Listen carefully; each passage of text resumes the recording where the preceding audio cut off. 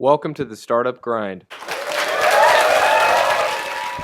All right. Well, thanks for venturing out in this icky weather. I know the rain is tough, especially during Midtown Streets flood and all that kind of stuff. But I want to thank you for coming tonight. My name is Katie Maxwell, and I am the chapter director of Startup Grind here in Memphis. You're in CoWork Memphis, which is a brand new co-working facility that we just opened a few months ago. I'm also the director of community development for CoWork Memphis. So they're the venue sponsor, and we've got a couple of other people that I want to thank. Coke actually provided our beverages for tonight, so I want to give a shout out to them. And then also to Sunday Production for the video that we've got going here. Everything tonight will be videoed. We're going to upload that to the Startup Grind website, so you can go back and watch, and then you can watch any other videos that we've already got posted out there. I want to give you a little bit about Startup Grind. We are a global startup community, and it's designed to educate, inspire, and connect entrepreneurs all across the world. We've got 85 cities, 85 different chapters in about 35 different countries, and we hold these kind of events in all of our chapters every month. So definitely check out the Startup Grind website. You can see all of these type of events that are happening all over the world. It's a great organization. I want to touch on our values. Our values are that we make friends and not contacts. We believe in giving and not taking, and we want to help others before we help ourselves. So that's one thing that's really important to me and to Startup Grind, and why I was really drawn to this organization, and I wanted to bring these events here to Memphis. We're passionate about helping our founders, our entrepreneurs, and our startups succeed here within our community, and then also in that global reach. So with that being said, we'll go ahead and get started in our interview tonight. I've got Paulo here with me. He is the Chief Operating Officer for the Juice Plus Company. You've been with them about 5 years, is that right? 5-6 years, yeah. So he's going to conduct our interview for us tonight. We've got Jay Martin, who is the president and CEO of the Juice Plus Company, and he's going to tell us a little bit about his startup experience. He started in 1970. Am I right about that? Mm-hmm. I got it all good. So if everybody will please stand up.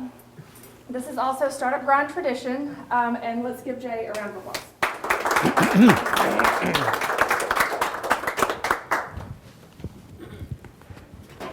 You may be seated. As Katie said, I have known Jay now for about, actually longer than I've been with the company. I've known Jay for about 7 years, and one of the things that I love learning about Jay is that he loves to make a point that is meaningful by telling a story. And so I decided to make my life easy, and if it's okay with you, I will just list several points that I think help make the company that you founded incredibly successful. And I'll just put the point out there, and you tell us a story about it. Is that fair? Fair enough. Let's go. Let's wait and see exactly what it is. The first one is something that you say all the time, and that is, find a buddy. What can you tell us about that? Well, that is something I say all the time. I travel all over the world and speak to probably 25,000 people a year. And one of the things that I never fail to leave with them is my opinion in terms of why some are successful and some are waiting to see if they're going to be successful.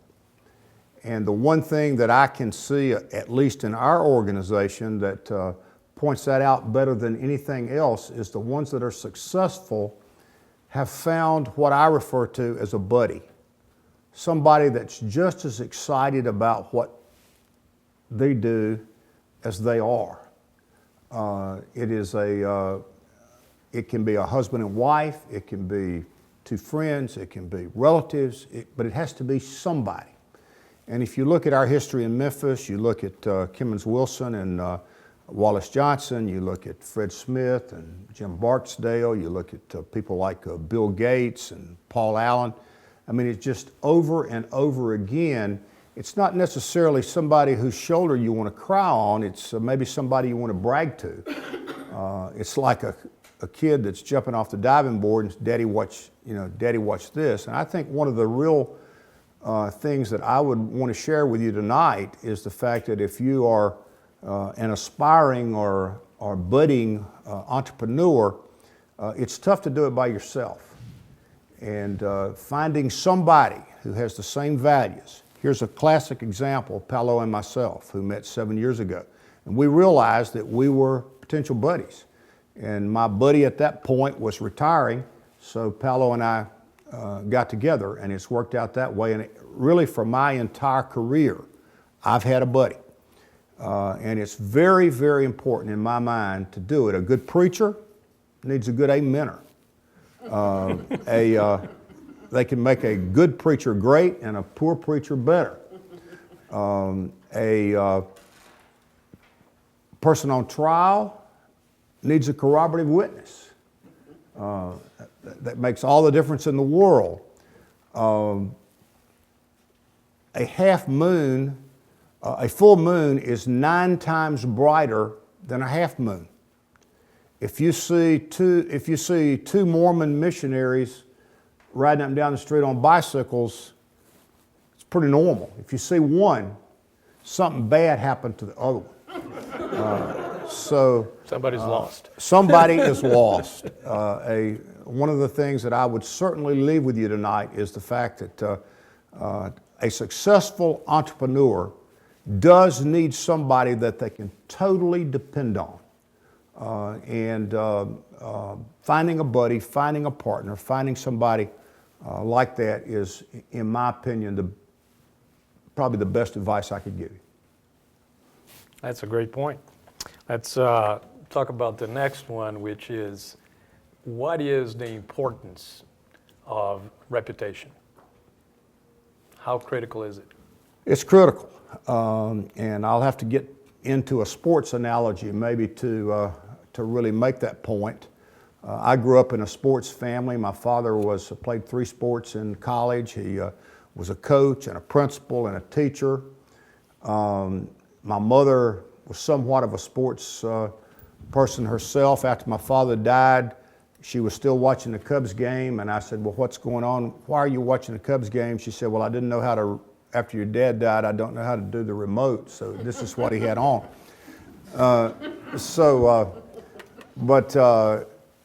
I learned this when I was playing football in high school. I was a 6'3", 138-pound freshman backup quarterback. And where I grew up, in a town of 500 people, backup meant you go in when somebody gets hurt. You only had 28 in your graduating class. You had to scrimmage one side of your line on Tuesday and the other side on Wednesday.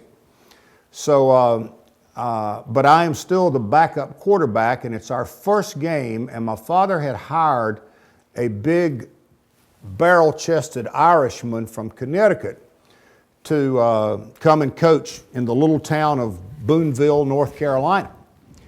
And he was an ex-Navy boxer. Well, when you grow up in rural North Carolina, you learn to do 2 things. First and foremost, above everything else, you must use tobacco. You have to smoke, you have to chew, you have to dip, you have to do something. And the other thing is, you have to pray. So that particular night, I was doing the praying, and he was doing the smoking. We were playing the former the reigning state champions, and he was smoking cigarettes right and left, and I was praying as hard as I can pray. Please don't let anybody get hurt. So I'll have to go in the game at 6'3", 138. Well, we got into a knockdown, drag-out game, and we got down on about the 10-yard line at the last of the game, scored 3 times, all of which were called back. Well, we were not happy, but the game ended. So we ran out onto the field, and I saw this commotion over to the side of me, and our coach, the ex-Navy boxer, had used his left hook to punch the referee out on the 50-yard line. And the referee was, I mean, we're talking stretcher here. And they were trying to get my coach to a neutral corner. He wanted to go ahead and pile on after the guy was knocked out. Well, I didn't know at that time, being 14 years old, the ramifications that could happen from this. We could have been banned forever from ever playing any sport again. My entire athletic career could have been over over that one punch. But somehow we skated through and got some type of double secret probation. And I asked my father later on, this has to do with reputation now, I'm going to get there. My father, I asked him what happened. And he said, well, it wasn't really as hard as it looks, as you would think. And I said, what do you mean? He said, well, when I went down to the state office, just about every one of them knew that referee. And all of them were glad it happened. So that referee's reputation obviously got him in trouble. But my coach's reputation kind of went along with him too. Because next year I was the starting quarterback. And I was the starting quarterback for the next 3 years. I don't ever remember a penalty thrown against us for any reason whatsoever. So your reputation will follow you, and it is something that is absolutely priceless. On my father's grave, he did all that teaching and coaching, and he never made more than $10,000 a year. I asked my father what he wanted as his epitaph, and he said, he gave me a verse of scripture in Job that said, a good name more than riches. So don't forget that. Very cool, very cool. How about humor? Does that play a role? Humor? Yeah. Were you there this morning? I was. Was that funny? Yes, it was. At some level, I'm sure it was. Yeah. Well, that kind of had to do No, with my basketball career. I owe my basketball career to Franklin D. Roosevelt because the WPA, the Works Progress Administration, during the 30s, built our gym. And they built it to leak. And it leaked and leaked and leaked. And nothing we could do in terms of shingles and tar and tin and everything else could ever stop that gym from leaking. We also had 4 pot-bellied stoves in the gym, in the corner of the inline and the baseline and the sideline. So they were actually on the court to a certain extent. And our maintenance people, custodians, could fire them up when we had the ball and could, or when we were on defense, and cool them off when the other team was on defense. So we had a 7-man zone, actually, with some extra help. Yes, we had some extra help. But when you play with buckets on the floor and puddles on the floor, you learn to do a lot of things with the basketball. In fact, Pete Maravich's father asked me to help Pete with his crossover dribble. Because when you're crossing over a puddle and crossing over this, Pete had never seen anything like that. Of course, Pete was in about the 5th grade when I helped him, but I did. So because of that, I was able to earn a scholarship at Wake Forest College.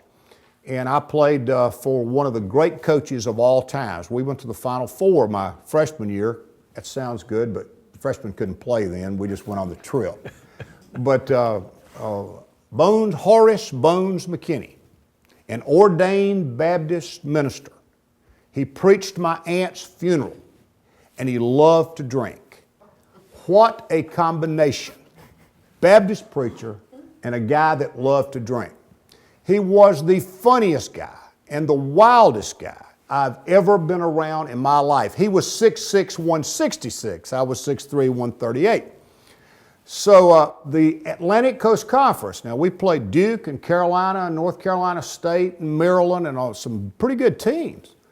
And the Atlantic Coast Conference made him wear a seatbelt during the whole year. He could not move from the bench during the entire year. So I was there with him, sitting on the bench, and we were playing North Carolina.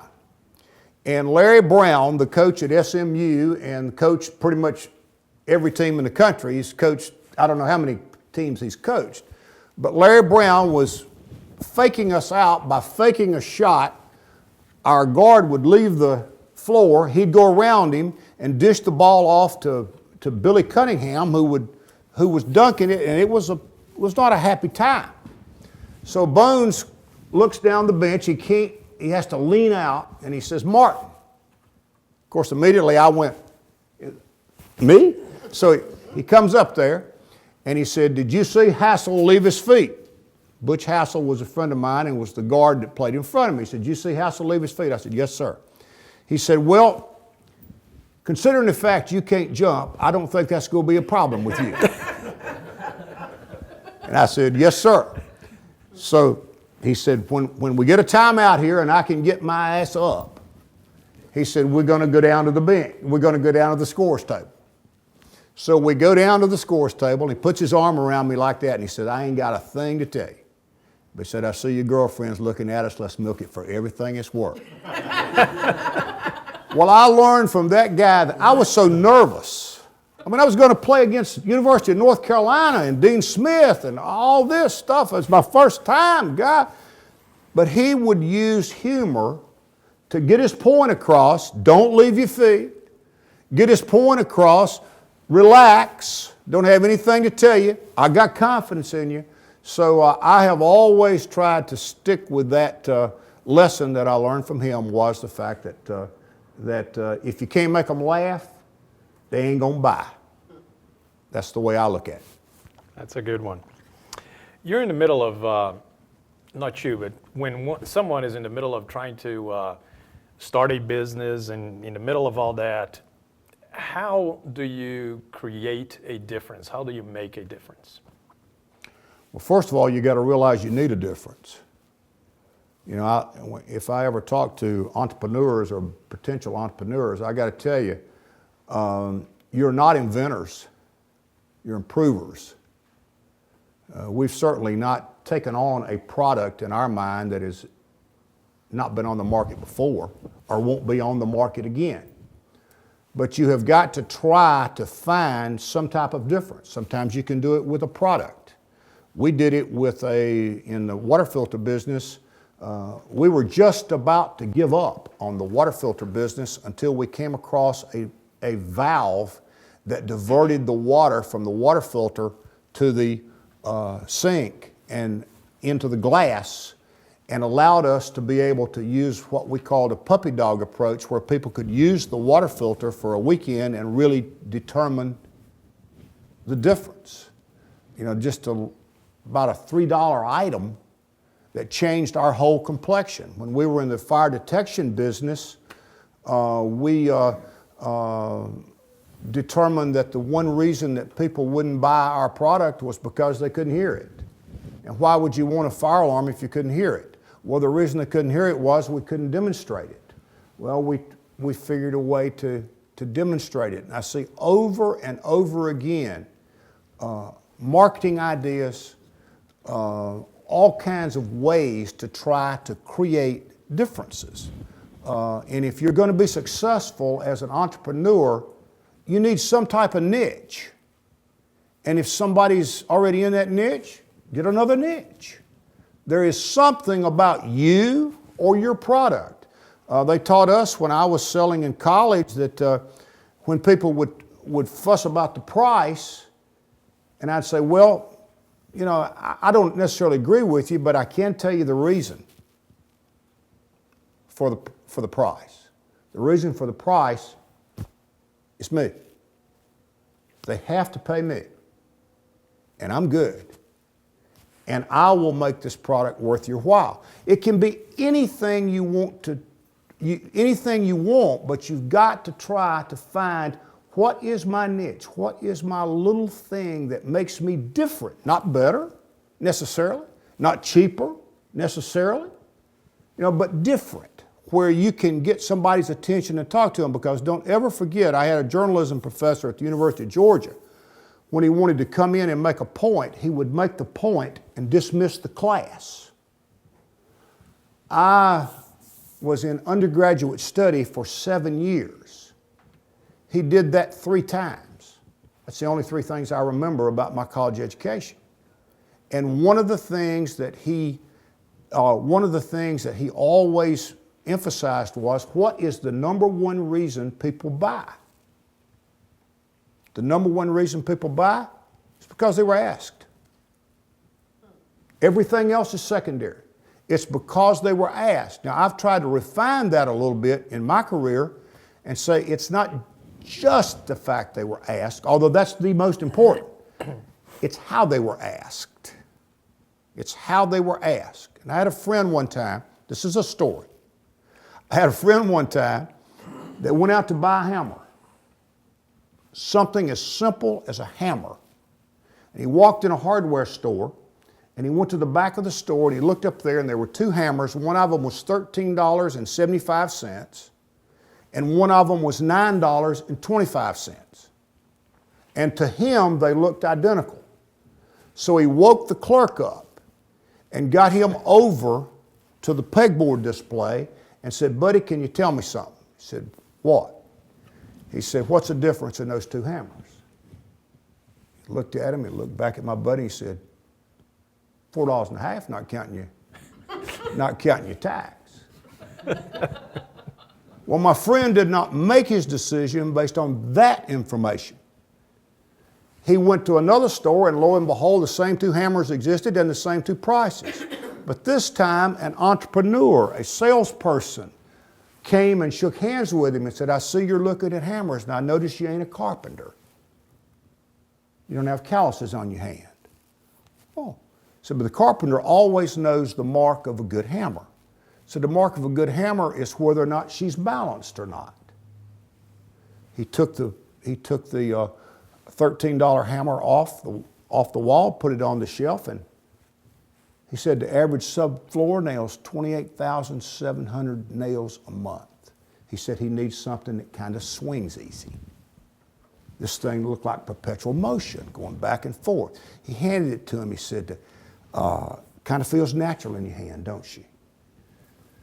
He never felt a female hammer before. He never felt a natural hammer before. He said that handle I almost choked on that one. that handle is made out of second growth hickory. Not first growth, but second growth. And that'll stay smooth as long as you use it. He said, "You see those fluted claws?" He said, "Your wife can pull a thumbtack out of a sheetrock wall and never bruise it. You could jerk up rusted railroad spikes, it'd never snap off." And he said, "You'll never drive a wedge in that double drop seal forged head. And if you were strong enough and last long enough, you could beat on case hardened nails and cinder block till your arm literally broke. That hammer would never pit." He said, "God, that's a hammer." My guy was totally mesmerized. He said, "Well, do you have something just a little cheaper?" He said, "Yes, sir." And he took the $9 hammer off and he put it on the counter and it flopped over. And he handed it to him. He said, "Don't drop it." He said, "That's casting and it might break." He said, "Kind of feels like a hockey stick, don't it?" Well, the guy never felt an awkward hammer before, but it got to feeling like a hockey stick. And he said, "That handle is made out of southern pine." He said, "You keep it sanded real good, keep the splinters out of your hand." Which one did he buy? Why did he buy? They existed in the first store. But in the second store, there was somebody that could define a difference. And to me, if you're going to be successful as an entrepreneur, you got to find that little difference. It doesn't have to be as big maybe as that professional hammer salesman, but you got to find it. And you got to hammer it home, hammer home the difference. Still Okay. on the point of creating a difference, you at one time defined to me what being an entrepreneur really was, and that definition really hit home. Care to repeat it for us and explain it a little bit as to why you think this way? Well, I think once again, that if you think you're going to be the one and the only, the cheapest and the best, they don't come in the same box. So you've got to find that difference, that you're an improver. I mean, look at Fred Smith didn't invent air freight. It was a system. You just look over and over and over again. There are very few inventors that have become good entrepreneurs. So you don't have to be the one and the only, the best. This. You just got to find a difference. I remember that answer as it's someone, the entrepreneur is someone that capitalizes on an idea. Right. And capitalizes has a lot to do with generating capital. And it's an idea. It's not necessarily the entrepreneur's own idea. Right. And that made a whole lot of sense to me at that time. Talk a little bit about giving credit and especially taking blame. Oh God, that's another story. Harry Truman said one time, if you can give enough people the credit and you take the blame, you can do about anything you want to. Well, I'm not quite there. I believe that if you're going to take the blame, you've got to have an answer. You can't just keep saying, I'm sorry. You got to have some reason and something to do about it. My son played at MUS, and he played for Jerry Peters, who won 1,000 basketball games. And he's a pretty intense guy to win 1,000 games. And so they said when he first started coaching out there, he coached the 8th grade, 9th grade football team, and he goes, and they had not won a game the year before, so they go out to play Germantown the first year that he's coaching, and he's going to make them from a no-win team to a championship team.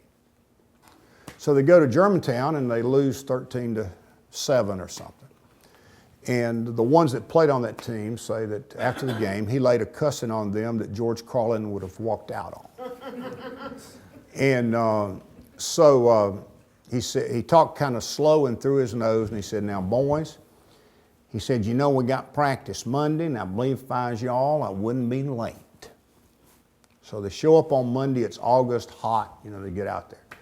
So he gets out to the game, to the practice field, and he said, boys, get over here and sit down on your helmets. He said, I've got a few things I need to talk to you about. So they sat down. He said, last Friday, he said, y'all saw a side of me that I hope you never have to see again. He said, I did some things and said some things that, quite frankly, he said, I'm ashamed of. And he said, I got home over the weekend and started reflecting on it. And he said, I came to the conclusion that it wasn't y'all's fault we lost to Germantown. It was my fault. And I want to tell you right now, it was my fault.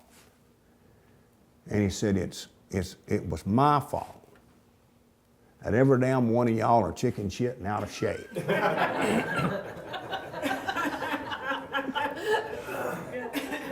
And he said, but today, I'm going to make it up to you.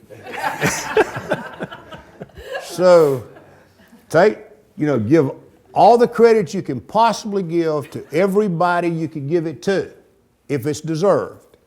Take as much blame as you possibly can yourself, but have an answer for why you're taking the blame and what we're going to do about it. That's good. Okay. That's very good. And this is I hope we go there on this one, because this story is one of my favorites, and I am just glad I wasn't there to suffer this. But talk to us a little bit about overcoming difficulties. Well, first of all, you got to kind of realize that they're going to happen. This goes to my baseball career. In high school, I had a baseball coach that was an ex-Marine. He had gone into the Marines, and he had gotten out of the Marines, and he played minor league baseball. So he was about 28 years old or something like that when he came back home to my little town. And he hadn't finished high school, so he graduated in my class. So he was a classmate, our baseball coach, and the town policeman. but he was a philosopher of sorts, and a big baseball fan and a big Cardinal fan, and even in North Carolina we could get KMOX in St. Louis, and he had a 57 Chevrolet, which was our town police car. And we would sit up and listen to the Cardinal games with him in the summertime. We had to park on a hill. That's the only place we could get the radio to come on. And we had a rain out, and we're sitting there kind of talking about, you know, what guys our age talk about. And one of the guys in the back seat with me said, "Coach," he said, "how come you never made it to the big leagues?" Because he was a good baseball player. And he said, "Well, boys," he said, "old Simmons just couldn't hit a curveball." And he said, "when you get to AA," he said, "they find that out, and that's all you'll ever see." And he said, "I got to Pocatello, and they found out I couldn't hit a curveball. Now, let me tell you something." He said, "life's going to throw you all some curveballs. Believe me, if you can't hit them, you'll always be stuck in Pocatello." And I never, ever forgot that lesson. In fact, Sandra and I were out in Idaho and went to Pocatello just to see what Pocatello was like. And yes, I would not like to be stuck in Pocatello. So I had some curveballs thrown at me. You know, I talk about my athletic career, but I screwed it up and got kicked out. My father was a school principal. He's also one of the tightest guys I've ever known in my life. I mean, he was frugal, to say the least. $15 a month is the biggest rent we ever paid. And I got kicked out of Wake Forest, and my expulsion notice and his season tickets to watch me play came in the same mail. That was a curveball. And I did like anybody else does when they see curveballs, they bail out. And I bailed out as far as I could go and stayed away as long as I possibly could to try to not receive his wrath. And he's been dead about 10 years, and I'm still trying to make it up to him. But I think one of the big curveballs that was thrown to us was when we introduced Juice Plus. Juice Plus, for those of you that don't know, is the largest selling product of its kind in the world. We're in 24 countries. It's whole food nutrition as opposed to vitamins and supplements and minerals, that kind of stuff. It's the largest selling product of its kind in the world, and by far the most thoroughly researched. But it wasn't always that way.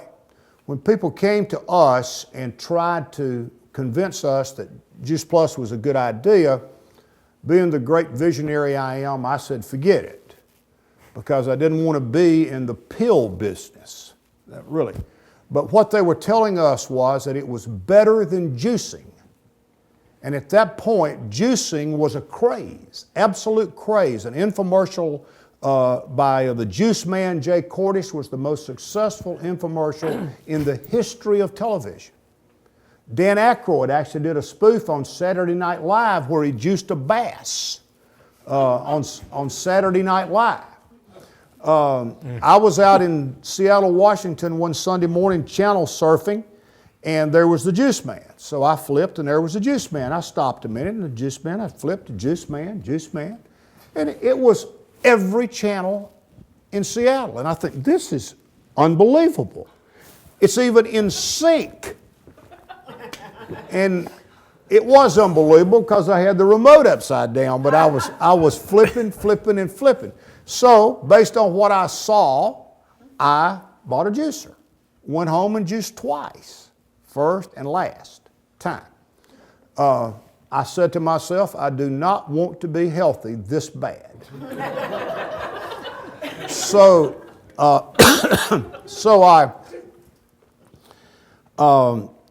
we decided to, when they came and approached us, we decided, let's give it a shot, but we want proof that it's better than juicing. Well, obviously we knew it was more convenient. I mean, give me a break. Swallowing 2 capsules with a glass of water compared to juicing, we certainly felt like it was less expensive. I bought $5 worth of groceries and cleaned up 6. So it was, it was less expensive. But was it more nutritious? And we did clinical tests to show that it was more nutritious. So we said, we got a winner here. Yeah. This is better than juice. It's cheaper, it's better, it's everything. Just couldn't get it off the ground. Just couldn't seem to get it off the ground. People were not necessarily buying our story. So our manufacturer said, you need a spokesperson. You need somebody that can grab them and shake them and, they'll buy it because of them. I said, well, if you can find somebody, we'll take a look. So I get a call from one of their marketing people. He said, Jay, I found the absolute perfect fit. And I said, really? I said, who is it? He said, O.J. Simpson. And being the great visionary I am, I said, yes, he would be perfect. So I said, but I don't think we can afford him. He said, I think you can. I said, he is really in, Juice Plus, OJ, Orange, all this stuff. He is perfect. Running through airports and all this, he's in great shape. And so we go up to New York and talk to him, and honestly, never met a nicer guy. Never met a guy that was more friendly and more into us and everything else. So we said, okay, this is the guy. We are going all in. So we signed a contract with him in June.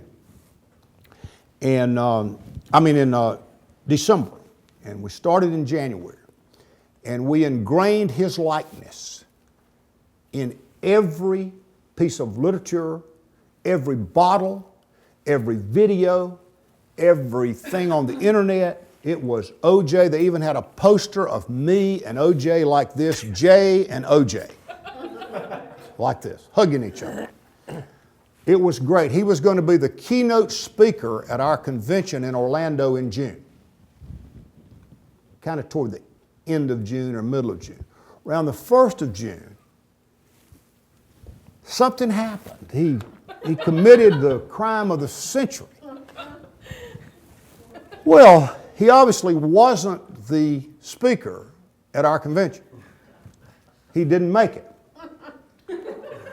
And I was appointed to explain this to 4,000 people. Why? He's not here. And at that time, there was still some question about, whether or not he did it or not and all this kind of stuff. And I was at a loss. And I get up to walk on the stage down in Orlando, and there's about 2,000 people there. And I said, where is everybody? I said, I knew they had come because the night before we had a full house. And she said, the lady that was helping me, she said, they're in the lobby. And I said, what's going on in the lobby? He said, they've got that big screen TV. And I said, what's happening? He said, OJ's on there. I said, good news or bad news? Bad news. I said, what's going on? He said, they are hauling him off to jail, wearing our shirt. So I'll leave you with this.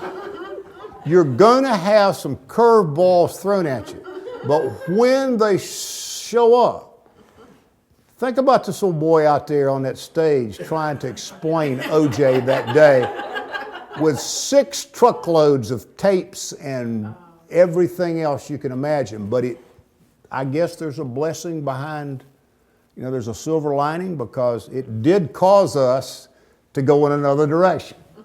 We did change horses, and instead of having a personality and the form of OJ, we went to the substance of clinical research from 25, 30 universities all over the world.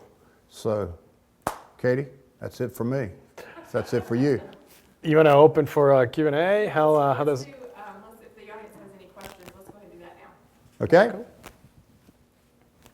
I have one. Why did the hardware shop sell the cheaper hammer? They didn't. Why did they keep it in stock? I guess to make a contrast between the better one and the other one, so they could have either story, I guess. So it was a merchandising tool for, Merchandising tool, right. And one thing you always need to remember, if you can give options, you're better off, but you need both options to have a reason behind both options. wouldn't there be a problem with somebody who didn't ask the clerk about the differences in either shop and used a crappy hammer, and then they wouldn't come back to the store? That's exactly right, and that's why we don't allow we feel like our product is far too good to be sold by a Walmart clerk. Good question. You talked about the importance of having a buddy. I'm a sole practitioner. I have a mentor and I have a support group of colleagues, but I don't have a buddy. Can a buddy come in a lot of different forms? But it can come in a lot of different forms. It can be somebody that's not necessarily in your business, somebody that shares ideas and things with you that you can gain from what they're doing, and they can gain from what you're doing. In your particular business, it depends on where you want to take your business. If you want to stay in like a sole proprietorship type of environment, then you need to go outside for some type of buddy. But if you're looking to do something more elaborate, like internet and tape sales and these types of things, and market yourself in another way, then you need help. Could you take us behind the scene with Juice Plus sponsoring St. Jude? Was it a marathon a few years back? Could you talk For us several through how years. that came about? Yeah, First Tennessee backed out on them, and we had our attorney used to be the attorney at St. Jude, and through that connection, I think, and some other people that we knew there, they came to us and asked if we would be interested in doing the sponsorship. And I had been a marathon runner myself. Sandra and I ran 30 marathons, and we'd seen, all over the world. We'd seen different things, and I said, well, we'll do it, but we want to put some things in it maybe that you may not want to do, and if you will agree to do a half marathon and get more people involved and not just make it a pure marathon. And honestly, we had a lot of problems with, not with St. Jude, but a lot of problems with some of the people that had been running the marathon itself. I said, what is this about? Is it about somebody qualifying for Boston, or is it about a bunch of people getting involved with St. Jude?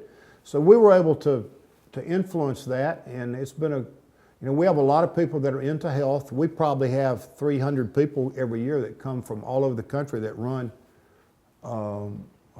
in it, and we've now been at 7 or 8 years. Is that 8? Yeah. No, 10 years. it's over 10 years. 10 years. 10 We years. sponsored it for over 10 years, and proud to do it. How many people were running it when we got it, 800 and how when many we did run it, it now? and they're about 15,000 now. It's been a great run. Pun unintended. Yeah, it's a good run. Any other questions? What's in the future for your company, Juice Plus? Where are you guys expanding to? What are your plans for growing and continuing to fuel the economy in Memphis? Well, we try to. It's like business is somewhat like trying to eat an elephant. You got to kind of do it one bite at a time. And about 15 years ago, we had a demographic that we weren't reaching that we felt like would be a very good demographic for us, which was young moms with kids. And part of the reason was that which kid are you going to leave out? So you're looking at four, sometimes 5 people in the family, and you're younger and you don't have the disposable income and this kind of thing. So we developed a program where our salespeople and our manufacturer and us, we all chipped in a little part of it, and wound up doing what is called what we call the Juice Plus Children's Health Study. And we allowed, if parents would get on our product, we'd let them have kids free. if they would give us information about things like how many school days they missed, how many doctor visits they had, how many prescription drugs they were taking, et cetera, et cetera. And the result, it's one of the largest observational studies ever conducted on kids, over 500,000. And the results are phenomenal. Probably 70% less prescription drugs, 70% less regular drugs, 70% less school days missed, on and on and on. And the big one is 90-some% more aware of their health. And the only solution in my mind to the biggest crisis we've got in this country, which is healthcare, is people doing something about it themselves. We're not going to solve it with drugs, and we're not going to solve it with curing. We got to solve it with prevention. So that was a demographic that opened up a huge market for us. It's now 25% of our business. And we've just come across one in England with the UK, which is even a smaller, a younger market, which is what is referred to as Gen Yers. And we've been able to develop some products that fit their needs. Prevention is not what I'd call the top of their priority list. Look good, feel good, make money, have fun.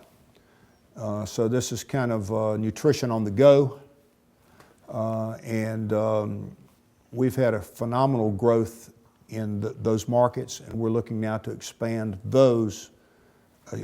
that concept into our other markets at the moment. And we also introduced a product 2 years ago called the Tower Garden, where people can grow fruits and vegetables on their patio. And it's been the most successful introduction we've ever had, and the most successful repeat second year and third year of any product we've ever had. And so we are... Gardening made easier. It's gardening made... Easier. Easier, yes. For Sandra, it's fun. For me, it's not. Jay, when y'all did that investigational study with kids, was there any specific question or data related to ADD or ADHD? No. And how this affected it? No, we've had a lot of anecdotal, but it's a pretty complicated issue, and we try to stay away from anything that's disease specific. But we have a lot of anecdotal information that we don't use. ADD is one of them. People that are, depression is another one. The relationship between depression and nutrition. Actually, with autoimmune is another one, but that's just beyond us. We really try to tout things that the first thing, the knock against vitamins and supplements is that the label doesn't show up in the bloodstream. That's the first thing that we wanted to say that we did.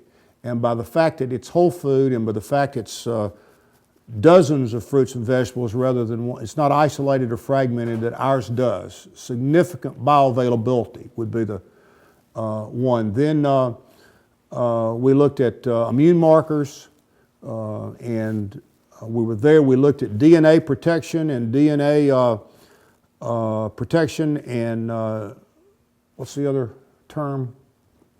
Well, I use DNA protection. Yeah, DNA protection. Oxidative stress. Oxidative stress, DNA inflammation, protection, yeah. Those types of conditions, as opposed to that. Can you make FDA-approved claims? I don't really know the answer to that.